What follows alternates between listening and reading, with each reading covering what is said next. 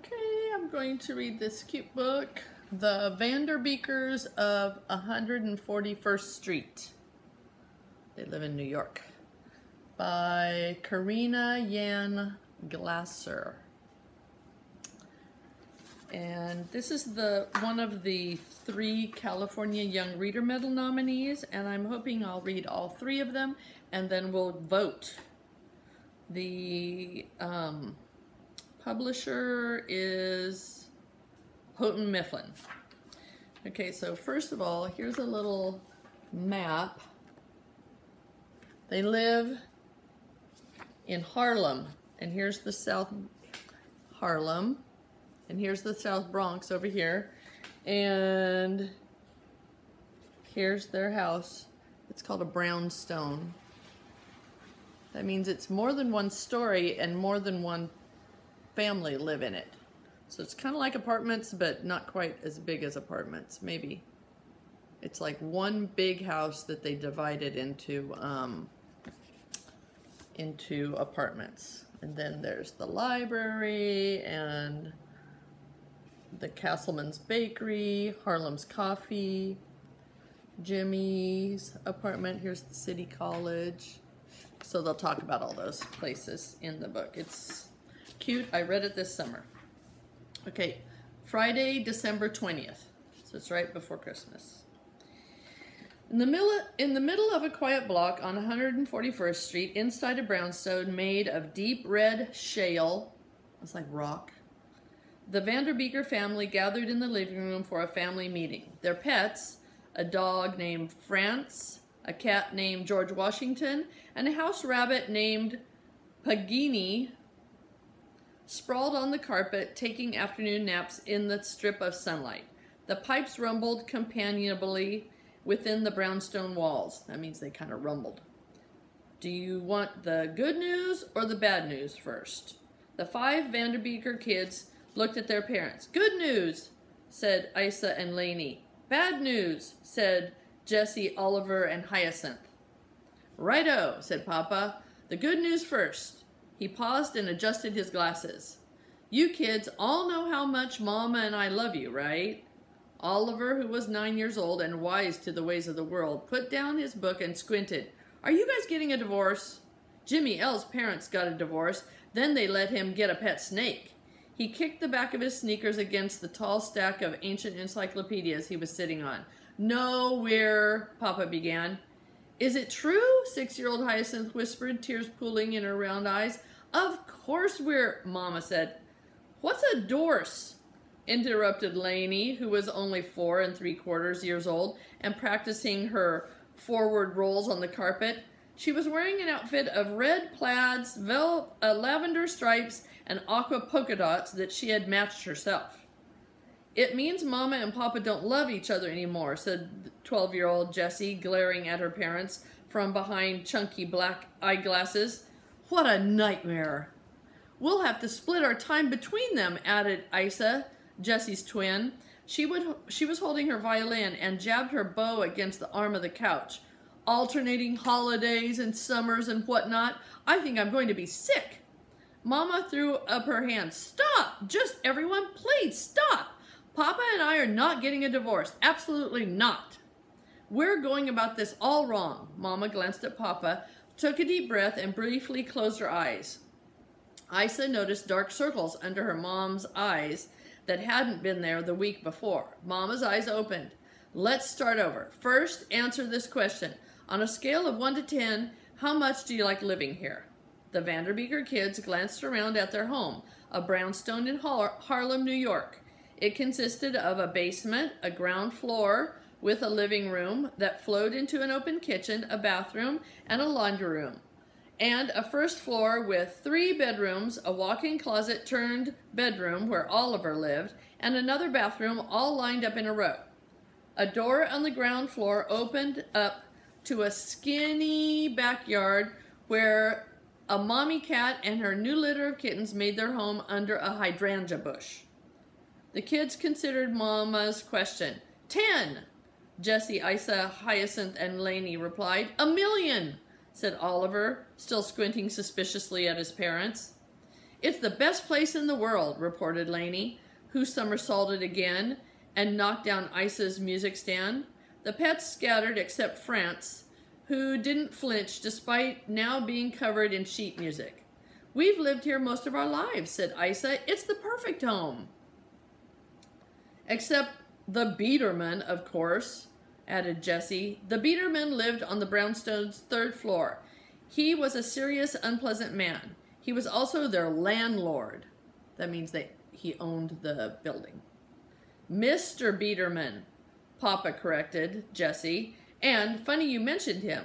Papa stood up and started pacing the length of the couch. His face was so grim that his ever-present smile creases disappeared. I didn't see this coming, but Mr. Biederman just told me he's not renewing our lease. He's not renewing our... Jessie started. That means they have to move. So there's their floor plan of their house.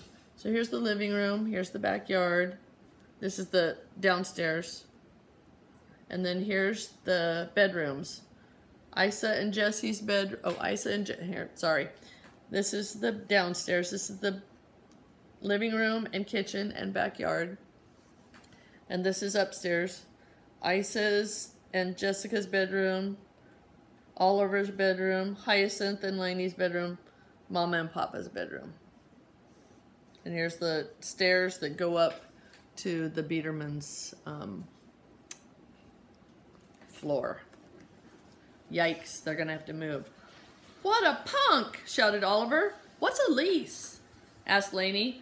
Papa continued as if the kids hadn't spoken. Now, you have all done a great job this past year respecting Mr. Biederman and his need for privacy and quiet, he said. I mean, I thought for sure he would have kicked us out a couple of years ago when Oliver hit that baseball through his window, or when France used his front door like a fire hydrant.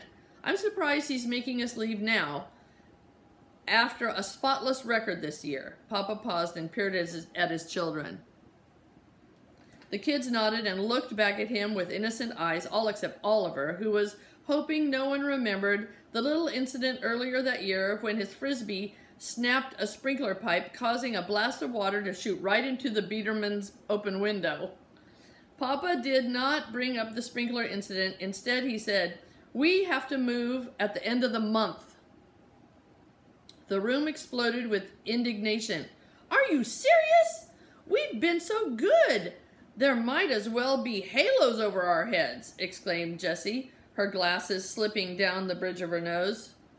I haven't bounced a basketball in front of the building in months, Oliver said. What's a lease?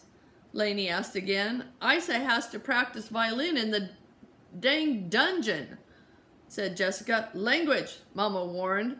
At the same time, Isa said, I like practicing down there. It's the basement. Papa looked at Lainey. We have a lease with Mr. Biederman. It's an agreement between us for living here. Lainey considered what Papa said as she prepped another somersault. So that means he doesn't want us? It's not that, Mama trailed off. I think the Biederman needs hugs, Lainey decided. She completed an accident-free somersault, then rolled over to lie on her stomach, searching for her bunny, who had taken refuge under the couch. Jessie glanced at the calendar on the wall. So that's it? We've only got 11 days left here? He's really going to make us move right after Christmas? Asked Isa. Is it because I can't keep France quiet? Asked Hyacinth as she chewed her fingernails. When France heard Hyacinth say his name, his tail gave a little wag and his eyes fluttered open, then drifted close again.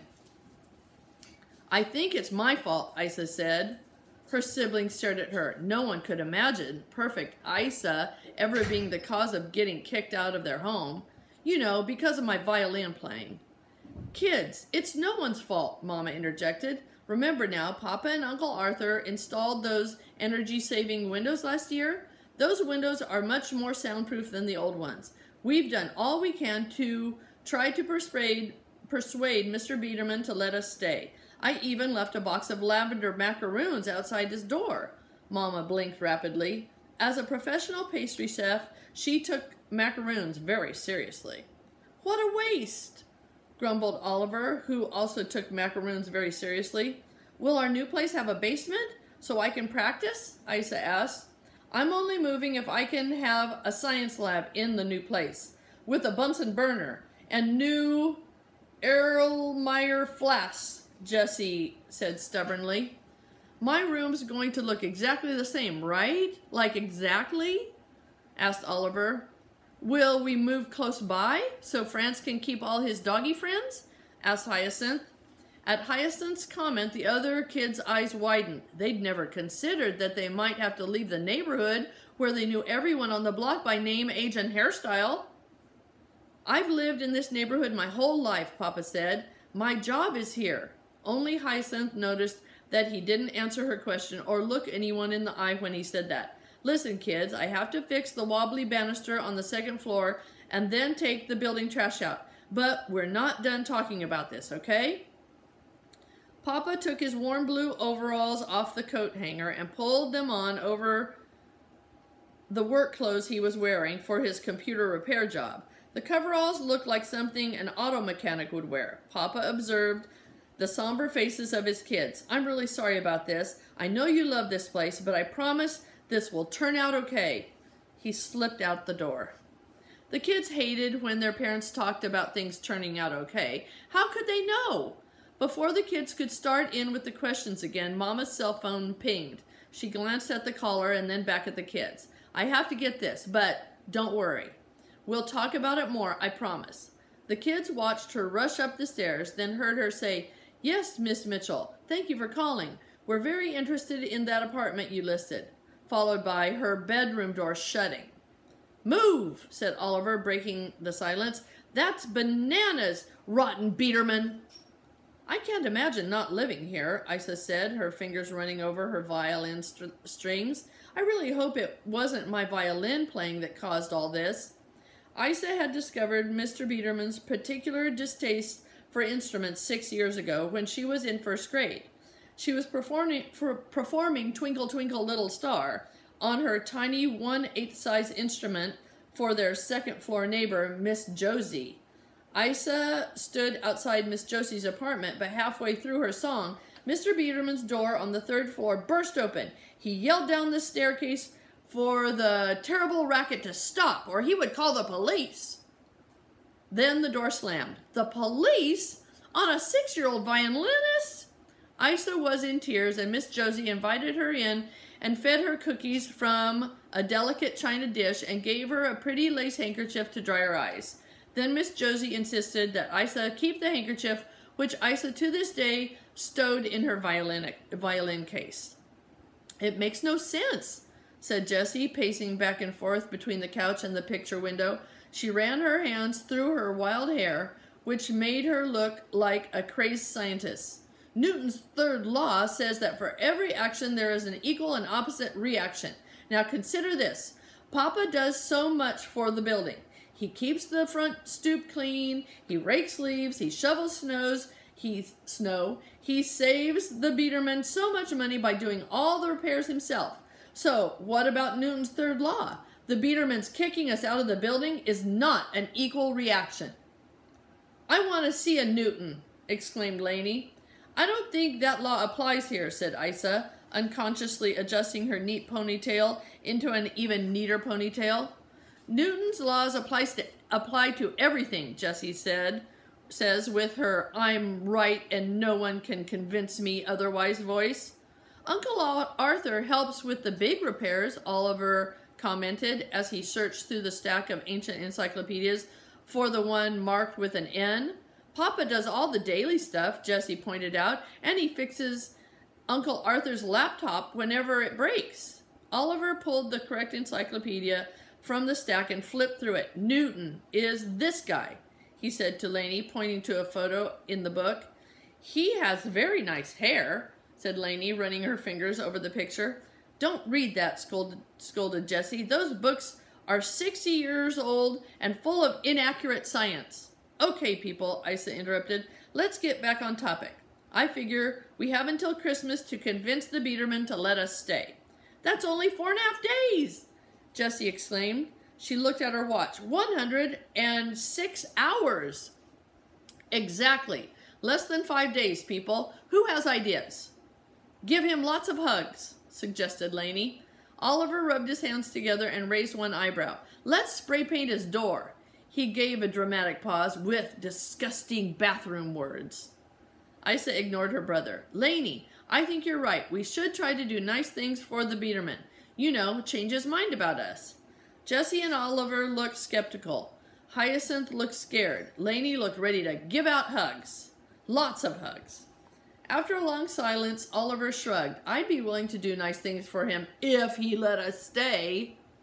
I guess I can try to be nice to him, Jessie said. Isa gave her a grateful look. Although, if this doesn't work, Oliver and I totally get to spray paint his door. What do you think, Hyacinth? He scares me, Hyacinth said, chewing at her pinky finger. It's 5 against 1, said Oliver. What could he do to any of us, anyway? I know you can do this, Isa said to Hyacinth. You need to channel Hyacinth the Brave.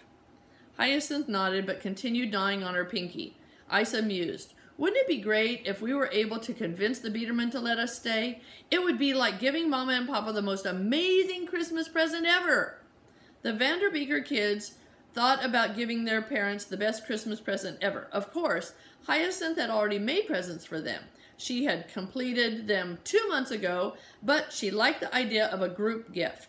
Oliver, who had spent quite a bit of time contemplating what he was going to get for Christmas, just remembered he was expected to give gifts as well. Mama and Papa deserve an amazing present from us, Oliver decided. Let's keep it a secret. Isa looked at him. You haven't gotten them anything yet, have you? Oliver quickly changed the topic. If it's a secret, we need to make sure you-know-who doesn't spill the beans. He gave a not-so-discreet nod toward Lainey. Lainey, this is a secret, instructed Jessie. Right. Lainey agreed promptly. Right what? Jessie said. Right. Let's be nice to Beagermack, Lainey said. Yes, but we're going to keep it a secret from Mama and Papa. Right, Lainey? Jessica prompted. Right. The 5 kids started exchanging ideas for winning over the man on the 3rd floor. Operation Biederman had officially begun. They tried to feel hopeful about their plan, but in the back of each of their minds, they were all thinking the same thing. How do you make friends with a man you have never seen and who has not left his apartment in 6 years? Dun, dun, dun. The next chapter is called 2.